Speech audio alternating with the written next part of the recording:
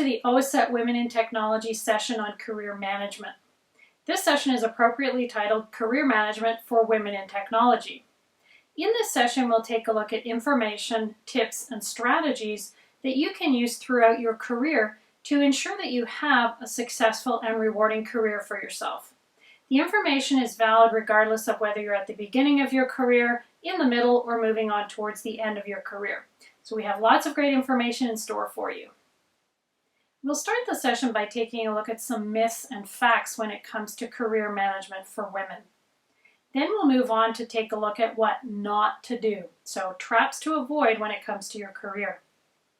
We'll move on to address a really key issue when it comes to career management, and that is maintaining a healthy work-life balance so that you don't burn out at some point in your career. Then we'll take a look at skill sets that you want to make sure you have in order to have a successful career. These are mostly soft skills. We're not going to teach you these skills, but we'll list out the skill sets you want to make sure that you have.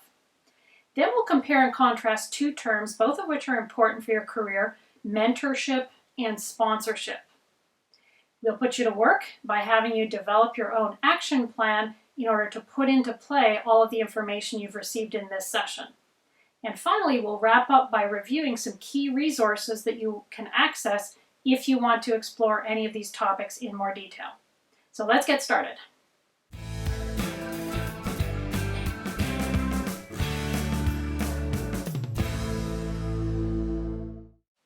There are a lot of myths out there when it comes to career management for women. In this first section, we're going to take a look at what some of these myths are, and then we'll take a look at the facts. So what does the research say with regard to these particular myths that are out there? We'll look at each one and give you key takeaways to put towards your own career management. The first myth that's out there, and this one drives me crazy, is that having a successful career is all about luck.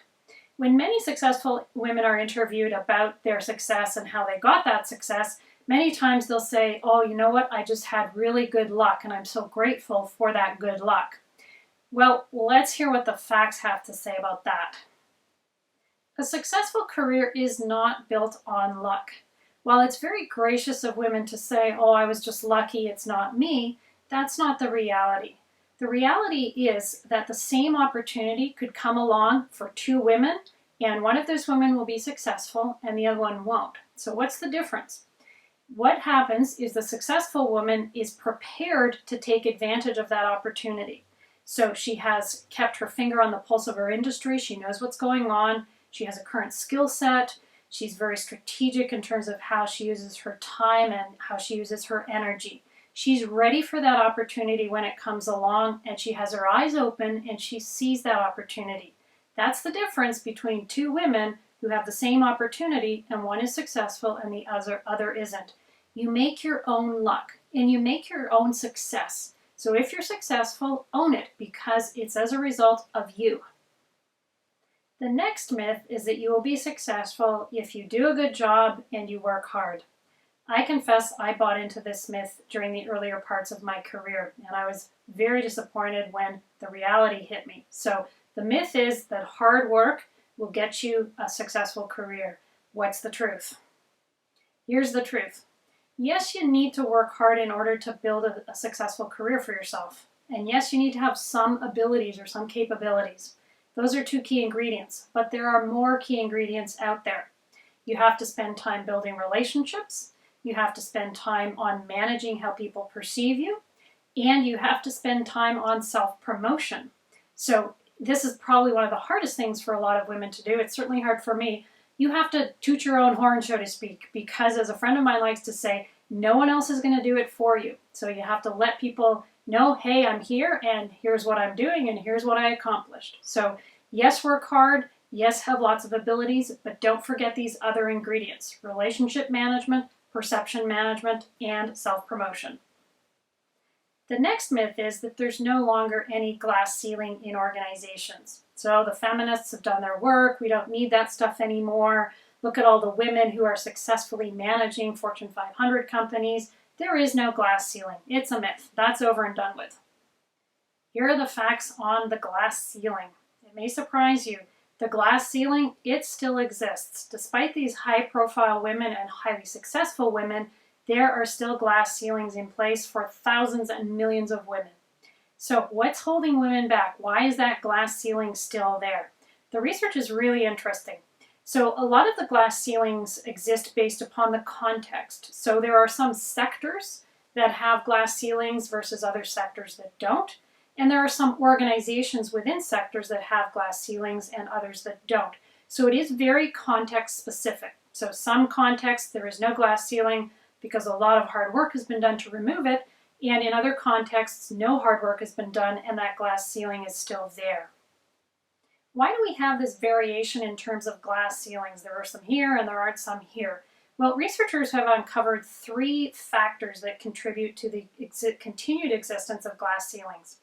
The first one is tradition. So there's a lot of institutional tradition and societal tradition that maintains that, you know what, women should not be managers, only men should be managers. So these traditions are ingrained at the company level, they're ingrained at the societal level. So that's why we get this hit and miss when it comes to glass ceilings. So some organizations and some sectors have pushed aside that tradition and made a new tradition. Other sectors or other organizations are mired in that tradition. The next factor that contributes to the continued existence of glass ceilings is what researchers call female socialization in non-management behaviors. What that mouthful means is that still at the societal level and at the family level and at the group level, women are being socialized from a young age to exhibit non-management type behaviors. So they're not encouraged to take leadership roles, for example. They're not encouraged to take initiative, to express opinion, and so on. I'm not saying that this happens with every woman. Obviously it doesn't because we have many very successful women out there. But there are still general trends in terms of how women are socialized in terms of behavior, and the behaviors they're socialized into are not behaviors that lead to successful careers in management or successful careers overall. So there is this continued socialization piece, and it's going to take quite a few generations for that to kind of work its way out of the system. The final piece that contributes to the glass ceiling is the demands of family life. Researchers have paid a lot of attention to this one. The reality is that when women want to have a family, they do have to take breaks from their careers, whether it's a short 2-month break or a 6-month break or a 1-year break. And researchers really look at how that impacts women's careers and how they fare when they come back from spending time away from the workplace. And obviously success varies depending on the length of time that women spend away from the workforce and the sectors they're in and the mom friendliness, so to speak, of their companies or organizations. So there's a lot of mini factors within this other factor of family life. But family life does impact the glass ceiling to some extent, not as much as researchers initially thought, however. So it's a factor, but it's not the only factor. These other factors, socialization and tradition, also kick in when it comes to those glass ceilings that are persisting in some sectors and some organizations. The next myth is a familiar refrain. You can have it all and you can do it all. Well, what's the reality? The truth on this one is something that you may have noticed if you've been in your career for quite a few years. You can't have it all and you can't do it all at the same time. But what you can do is have a big overall overarching career plan, and at different times you're going to prioritize different things. So if you have a family, there'll be a time frame where you prioritize your family. Then there'll be a time frame when you prioritize your career. There might be a time frame when you switch careers because you have this alternate interest that's kind of lurking in the background. So you can't have it all at the same time, but one of the things you need to do is have a really big picture view of your life and of your working life and your career. And then look at, okay, at certain times I'm going to prioritize different things so that over the span of your entire career, you do actually have it all. The next myth is that building a successful career is not a game. So we don't have to worry about playing games here because our career is not a game. The reality is that building a successful career is a game to a certain degree. It's not 100% a game, but there are lots of game elements in there that you can't ignore. For example, if you're going for a job or a promotion, there are lots of people competing for that same job or that same promotion, just like in a game. There are rules, but often they're hidden rules, just like in a game. You need to use strategy in order to be successful, just like in a game. You need to build relationships and leverage those relationships, just like you do in a lot of games. So it's not 100% a game. Your career is not 100% a game, but there are game elements in there that you do not want to ignore. The next myth is that your career will proceed in a nice, orderly, straight, direct line trajectory. This myth is not true, and it's really important for those of you at the beginning of your career to really understand how untrue this myth is. I talk to a lot of people in their early 20s and they're really stressed out because they don't know what to study or they don't know what to do after they finish college or university. They're so stressed out because they want to make the right move, and they think if they make the wrong move, that's it, career over. Well, let me take some of that stress off of you. There really is no wrong move when it comes to your career because your career does not do this nice straight line. It used to, okay, but it doesn't anymore. Careers go around in circles, they loop all over the place, they go backwards on themselves. You'll have times when your career is wildly successful. You'll have times when you're just right down at the bottom. You hit rock bottom, you think there's no hope, you'll never be successful. You'll have times when you completely plateau, okay, and you just think, oh, I'm never going anywhere. You'll have times when you completely change direction. So you might be over here in this career, you realize, you know what, I want to go over here in this career direction. So careers are not straight lines. I like to tell people that there's no wrong career move because every move you make is a learning experience. And what you want to do throughout your career is collect learning experiences. And all of those learning experiences in their totality prepare you for your next career move. So don't stress out thinking, oh, I have to make the right career move. That's not the right question. The question to ask is, what should I do next in order to add to my collection of learning experiences? There are two great books that I recommend if you're interested in taking this big picture look at how lengthy and successful careers unfold and all the different directions that these women went in to have these successful careers. The first is a book called Persuasion by Arlene Dickinson, and then the second is a book by Sheryl Sandberg called Lean In. I highly recommend both of these because they give you this idea of just how many different directions a career can go in and how successful careers kind of weave in and out, and all of the factors that go into building a successful career. So they're great reads. I highly recommend them.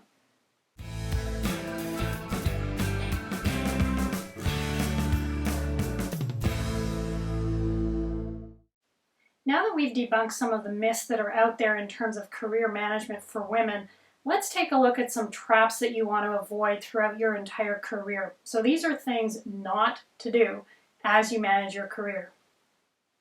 The first career trap to avoid is needing to be liked. This is a really tough one for women because research tells us that in the workplace, women are judged first on likability and then second on competence. So our competence doesn't come first when people are evaluating us. They judge us on our likability. However, it's possible to be friendly with people and supportive and helpful without being desperate for people to like us. So what you don't want to do, or what we don't want to do in the workplace, is be afraid to say no. So it's okay to say no, just do it in a friendly manner. We can't walk around being afraid to offend people. We can't walk around needing to help people all the time at the expense of our own needs. These are types of things that we want to avoid doing because we can't just hang on desperately wanting people to like us. And we also can't need everyone to be our friend. We can be friendly, but we don't have to be friends. So this is the first career trap to avoid. Don't go around needing to be liked. The next career trap to avoid is not managing work relationships effectively. So this could look many different ways. So this could be the woman who is very emotional at work and so throws lots of emotion around and drama and anger and so kind of pushes people away that way and doesn't look professional, to be honest. Or this could be the woman who gossips a lot, always knows what's going on and puts that little malicious twist on things and does the backstabbing routine and all that good stuff. It could also be the woman who shares too much information. So all that woman's personal information is out there for everyone to know, and everyone really doesn't need to know that. And then the other minefield is flirting. It's fun to get a little bit of, flirtatious banter going here and there. You can have some fun with it, but there's a line there. You want to be really careful that you don't cross. So a little bit of flirtation is fine as long as both parties know that it's okay, but don't make flirtation your kind of modus operandi for communicating with men. Just keep it professional. So manage those workplace relationships effectively. The next career trap is a big one, and this is not valuing money. This is not to say that you should go around with dollar signs in front of your eyes and think, money, money, money, I want more money. That's not what this is about. This is about knowing your own value in the marketplace, in the labor market, so knowing what you're worth, negotiating to get what you're worth, not working for free, and just making sure that you're not underestimating your own value. So know what you're worth, and in the marketplace, go out and get what you're worth. Don't think money is not important. It is. Researchers have estimated that over the course of their careers, women leave on the table between $500,000 and $1.5 million because they don't think money is important. When you put it into those numbers and you look at it over the span of an entire career, that's a lot of money, and money is important. Here's the next career trap: keeping a low profile. I'll describe what this looks like, and hopefully this isn't you. So this is the woman who comes into work every day. She's very reliable, very punctual, gets all the work done, doesn't bother anyone, doesn't waste time talking to anyone. She just keeps to herself. Well, this woman may be a very valuable employee to the company, but if the company doesn't even know she exists, she's not going to get any recognition, she's not going to get promotion, she's not going to get interesting projects. So what you want to do is make sure people know you exist in your company. If you have ideas, make sure you're the one who says them. Don't hide behind other people. Don't let other people take credit for what you're doing or credit for your ideas. Don't play it safe with your career. If there's a project that you're interested in, let people know, hey, I'm interested in that project. So let people know you exist. Let people know what you're capable of. Don't keep a low profile. The next career trap is not keeping your eye looking forward. So this type of woman is someone who just focuses on the now. Here's what I'm doing now. I'm just all focused. All I care about is what's going on right now. You need to do two things when you're doing your work on a daily basis. You need to obviously focus on the now, but you also have to have in mind, what are the next steps that I want to take with my career? So focus on the now, do a good job now, but always have in the back of your mind, okay, here's where I want to get to. So have a little part of your brain focused on, okay, what's the future look like? What's the direction that I'm aiming at? And then how do I get there? So when you know where you want to get, then you want to evaluate what professional development do I need in order to get there? What projects can I take on to get me there? What other things can my company help me with in order to get me to where I want to be in the future? So enjoy the now, but also keep in mind what's that future look like and work towards that future. The next career trap is forgetting the basics. What do I mean by basics? Well, these are the basic things that employers expect from employees. So be on time, stay to the designated end of the workday, so don't leave early, only use whatever breaks you're allotted, so don't extend your 15-minute break into half an hour and don't extend your half hour into an hour. Make sure you're dressed professionally, make sure you behave professionally. Stay focused on your tasks when you're at work, so don't spend all of your time talking or doodling or doing something else. And be very judicious with your use of the internet and social media. So make sure you use those tools only for work while you're at work. So these are the basics. Make sure the basics are always in place every day. The next career trap is thinking that you have nothing left to learn. This is a career trap that people in the middle of their careers fall into. I was talking to one such woman about a year ago, and I was talking to her about professional development, and she, very calmly stated to me, I've been doing my job for X number of years, and there is nothing left for me to learn. So I looked at her and I was like, okay, well, I guess we have nothing to discuss. None of my professional development is going to be relevant to you because obviously you know it all. Well, that's a trap. So don't think that there's nothing left for you to learn. There's always something new to learn, particularly in today's rapidly changing workplace. So keep your eyes open for new things to learn and find the opportunity to learn it. The next career trap is not getting up when you're knocked down. Life is life, and life is always going to throw negative, hurtful, and sometimes destructive situations at us. These are really, really tough to deal with, and it's very easy to let these situations completely derail us from our goals and from what we want to accomplish with our careers. Long, successful careers, however, are built on resilience. They are built on women getting knocked down, but then getting back up and getting in the game again. So when life knocks you down, when negative situations happen or hurtful situations, process them, deal with the emotional fallout, learn from them, but at the end of the day, get back up. The final career trap is one that exclusively happens to women, and particularly younger women. And this is getting caught in what's called the mommy track.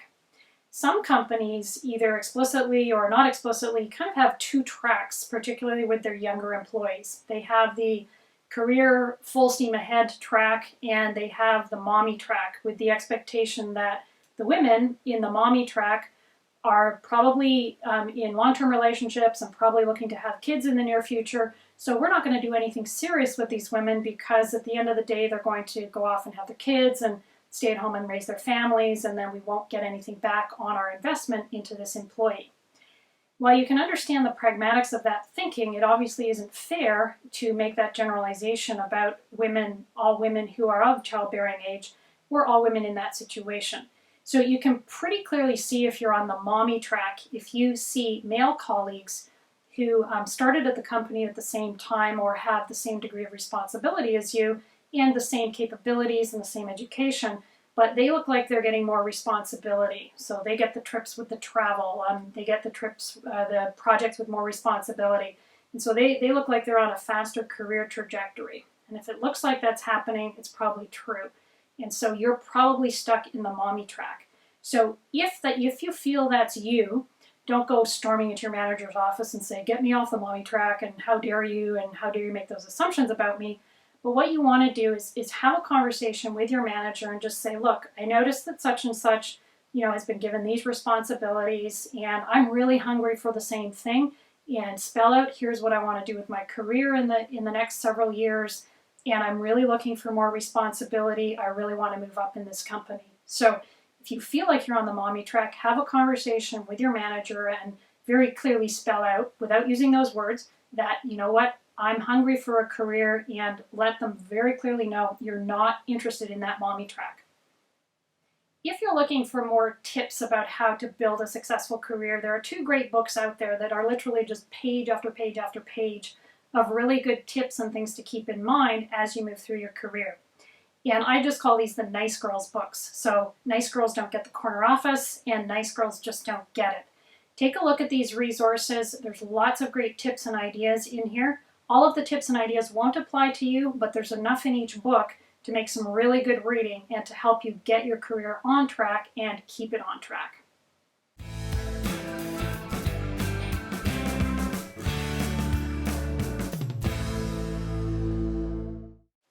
One of the biggest challenges that working women, and working men for that matter, have when it comes to their careers is maintaining what we call the work-life balance. You've probably heard this term before. So the work-life balance means that you manage to give equal importance or equal amounts of your energy to three aspects of your life, not just two, but three. And so this is your professional life, your family life, and your personal life. A lot of people don't separate the family life from the personal life, but I do, because the family life means everyone around you that's in your immediate family. So it could be spouse, kids, parents, grandparents, anyone that you're responsible for, you feel a close family connection to. And then your personal life, that's all about you. That's just you on your own as an individual. What do you need? So the work-life balance is all about managing this triangle of competing interests: your professional life, your family life, and your personal life. You have a limited amount of time and a limited amount of energy. So how do you decide how much energy goes to which of these three areas of your life? And how do you keep that balance so that you can live a healthy life? What does it look like and what does it feel like when your work-life balance is out of balance? Well, you've probably been in this place at some point in your life. This is when you're really, really stressed out. You have no time to do anything. You just feel like you've got this constant list of things that need to be done. You feel like you're being pulled in all of these different directions. Like, so this person wants this from you, and this person wants this, and this person wants this, and everyone wants it yesterday. You feel very fragmented, so you don't feel like a whole, confident person. And quite frankly, you're just not very happy. When you lose that work-life balance, you lose a lot of the enjoyment that comes just with day-to-day living. So you don't want to be in this position of not having that work-life balance. Here are some tips to keep in mind in order to maintain a healthy work-life balance for yourself. The first tip is simply to be aware of this concept of work-life balance. So be aware that there are 3 kind of spheres to your life that you want to make sure are equally balanced and that each one is functioning well. So be aware that you have a professional life, you have a family life, and you have a personal life. The next thing to do is to sit down, just take some scrap paper or sit at a computer and list out what you want each of those parts of your life to look like. So what do you want your professional life to look like? How much time and energy do you want going there? What do you want your personal life to look at? How much time and energy goes there? And then what do you want your family life to look like? How much time and energy goes there? So be aware of what you want your work-life balance to be like, and then have that picture in your mind every day and make sure that you're on track with what you want in terms of balance. The next tip is to be aware of different programs, packages, and benefits that might be available to you in order to help you maintain that work-life balance. Companies, for example, as part of their benefits package, they might have access to massage therapy or something like that. There might be a corporate deal or corporate membership that you can get to the local spa or to the local fitness center. Your company might have on-site daycare facilities that you can make use of. So find out what your company offers to help you maintain that work-life balance. You might have the same type of thing in your community. So check out your community centers. What do they offer so that you can have this balance? What's in your local surroundings that you can take advantage of? So be aware of what's out there to help you maintain that work-life balance. The next tip is to periodically have a conversation with your boss about your work-life balance situation. So you do this in order to make your boss aware or your manager aware of what you need from the company in order to maintain that work-life balance and in order to stay happy and to keep enjoying your job and to keep your stress levels low. So don't be afraid to have that conversation with your boss. You can put it as part of your annual performance appraisal, or you can just say that, you know what, in February every year I'm going to have this work-life balance conversation with my boss. But set aside time to do that. Let your boss know what you need from your company in order to keep that balance in your life. The last tip I'm going to give you is related to the first tip that I gave you. So remember in the first tip I said take some time to sit down, either at a computer or with a piece of paper, and sketch out what you want your work-life balance to look like. So what do you want your professional life to look like? What do you want your personal life to look like? And what do you want your family life to look like? Take what you wrote down and pin it up somewhere or put it somewhere so that you can see it every single day. So put it on your fridge. If you've got a bulletin board in your kitchen, you can put it there. If you've got a bulletin board at work, you can put it there. So put this picture of what your work-life balance looks like somewhere so that you can see it every single day. And it serves as a reminder to you every single day that you need to maintain that work-life balance. More and more companies are realizing the importance of work-life balance in keeping employee stress at a minimum, because more and more employees are realizing just how destructive stress can be in the workplace. So companies are putting into place different, quite flexible working options that you want to explore in order to maintain or establish work-life balance for yourself. So talk to your companies about having an early start to your day and an early finish. So you're going to start at 7 and you're going to finish at 3. It's a great option in summertime. Or you might be a night owl and you might like a later start and a later finish. So you might start at 10 o'clock and finish at 6 o'clock. Talk to your company about doing a longer 4-day work week so that you can have a 3-day weekend. Talk to your company about job sharing options. There are lots of different flexible options. Oh, another one I forgot. Talk to your company about working from home on some of the days. So maybe you do 4 days in the office and 1 day at home, or 3 days in the office and 2 days at home. There are a lot of options out there, and we have these options now because of all of telecommunications options available. So talk to your boss or your company about how to use these options to your benefit so that you can maintain that work-life balance.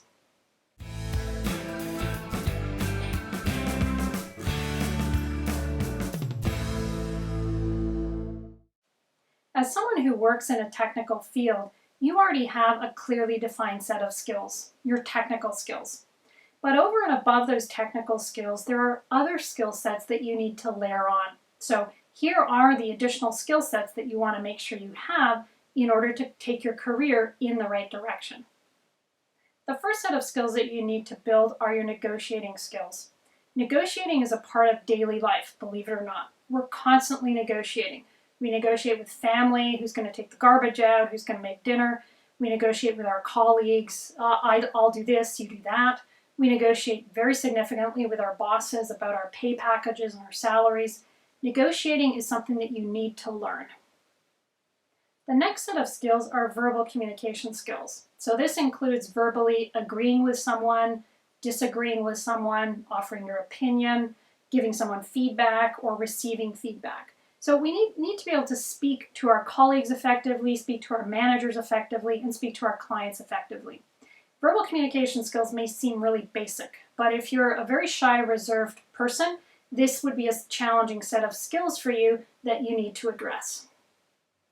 Presentation skills are the next set of skills that you need to make sure you have.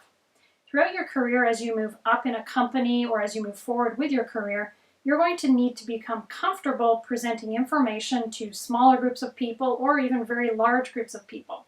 So you need to know how to structure presentations. You need to know how to clearly communicate your ideas. You need to know how to manage an audience. So these are all part and parcel of presentation skills. Written communication skills are equally important. In today's technical world, we write literally thousands of emails. We also write letters and reports and so on. Research shows that people's perceptions of our capabilities depend upon how well we write. So if we write poorly, people are going to perceive our capabilities as being lower than they actually are. So we want to make sure that we know how to write, we have good spelling, and we have good grammar, because people's perception is based upon our writing ability. Interpersonal skills are also important because today's workplaces are really diverse. We have to be comfortable and effective when dealing with people from a wide variety of backgrounds, different cultures, and with different personalities. So we need to be able to manage those personal interactions in the workplace. Last but certainly not least, stress management skills are important. These are the skills that allow us to keep our lives in perspective. It's very easy to get caught up in the dramas and all the negative things that are happening and the frantic pace that things are happening at. Stress management skills allow us to keep everything in perspective. They also allow us to keep that work-life balance. Take a few minutes to do a quick self-assessment with respect to the skill sets that we've just talked about. If there are any skill sets that you don't feel you're strong enough in, find some training courses to address those needs. Talk to your company or find a local training company. Put the time into yourself and into your own professional development to make sure that these skill sets are as solid as they can be.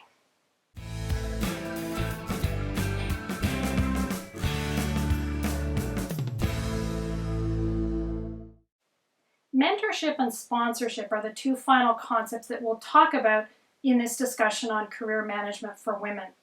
Mentorship and sponsorship are not quite the same thing, so I want to make sure, first of all, that you know the difference.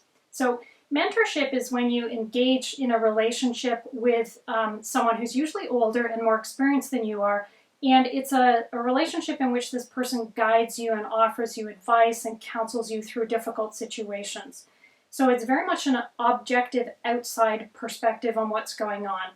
So a mentor is usually someone outside of your organization because you need this person to come at your situation in the workplace from an outside perspective. Sponsorship, on the other hand, is someone within your organization. And this is someone who's more senior to you, so they're higher placed on that career ladder within your company. And what a sponsorship is this person undertakes to put you forward for interesting projects and support you as you go for promotions. So they're kind of someone who pulls you up the career ladder within your own organization. So that's mentorship and sponsorship. The research on women's careers has some really interesting things to say about mentorship versus sponsorship. When different companies and different organizations were trying to address the discrepancy in terms of the number of women managers within their organizations, they embarked on very aggressive mentorship programs. So they paired the women up who had this potential to be managers. They paired them up with individuals in the organization or outside of the organization who served in this guiding and counseling and advice-giving role. And they found that while this helped, it didn't have the effect they were looking for. These women who were being mentored didn't actually progress up the career ladders as quickly as had been anticipated. So what happened? Well, what happened was a key piece was missing, and this was the sponsorship piece. So the sponsorship piece is really key in moving up that career ladder, because it's very important to have someone within your organization who brings you to the attention of people doing the promoting and people who have the power and influence within the organization. So the mentorship piece is, quite frankly, the easier piece to put into place. It's much easier to find someone to give you advice than it is to find someone to pull you up that career ladder. But you need both. You need both that objective advice-giving role in your career, and you also need that sponsor role. So make sure you have both a mentor in place and a sponsor in place. And make sure they're two different people, because the more people you have looking out for your career, the better. So get yourself a mentor, and within your company, get yourself a sponsor.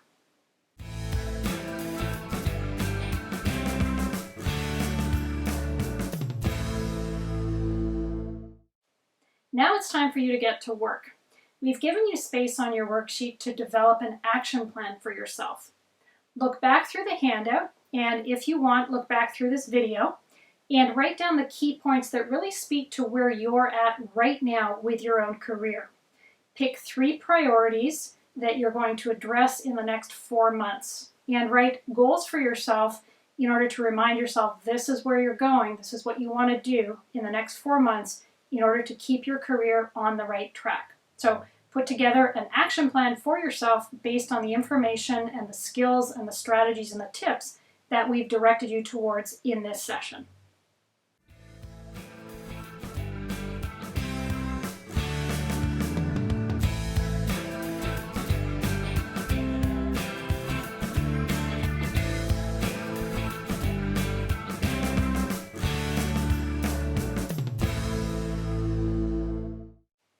The final section of your handout has all of the resources and references that we used in developing this session.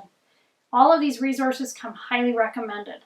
Take the time to purchase them or borrow them and read them. There's lots of great additional information in these resources when it comes to building yourself a successful career in technology.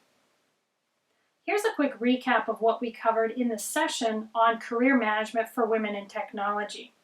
We started off by taking a look at the myths versus the facts when it comes to career management for women. Then we looked at what not to do. We looked at the career traps that you want to avoid as you go through your career. Then we explored this concept of work-life balance, this balance that we want to have between our professional lives, our personal lives, and our family lives. Then we took a quick look at the different skill sets over and above your technical skills that you want to make sure you have in your repertoire in order to build a successful career. We took a very brief look at this idea of mentorship versus sponsorship, and the fact that you need to have both of these present in your career in order to build a successful career. Finally, we put you to work building your own action plan, pulling together all of the concepts that we've introduced in this session and putting them into practice, in your own life and your own situation right now. All the best as you build your career in technology.